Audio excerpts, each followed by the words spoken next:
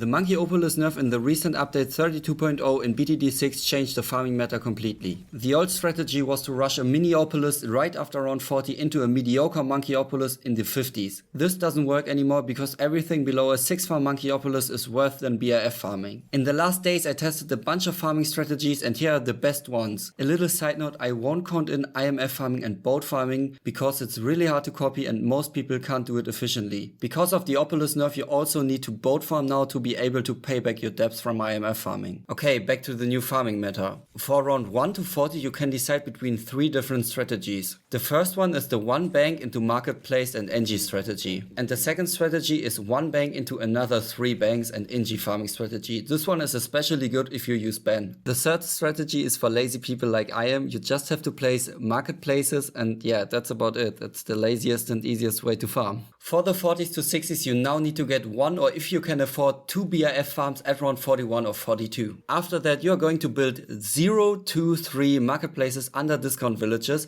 and it's very important to always make the most out of your discount villages, so plan ahead where you want to place it. For a little more income you could also add the overclock NG to buff the BRF, but the difference is almost not noticeable. For round 60 to round 80 we now have to build a central farm. Make sure to overclock the central farm and keep the overclock, and always use the overclock on the central farm. After building the central farm you just have to build BRFs. Make sure to build them under discounts and you don't have to build any Monkeyopolis. Trust me, it's not worth it. We tested it and it was always better to just keep building BRF farms. After round 80, make sure to get the biggest Monkeyopolis possible. You should definitely aim for a 10 to 14 farm Monkeyopolis. After that, you just have to spam more BRFs and make sure to always overclock them and keep up the buff for that extra money. Thank you guys so much for watching. You should definitely check out Hbomb's new video for an even more detailed guide about this. Link is pinned down in the comments.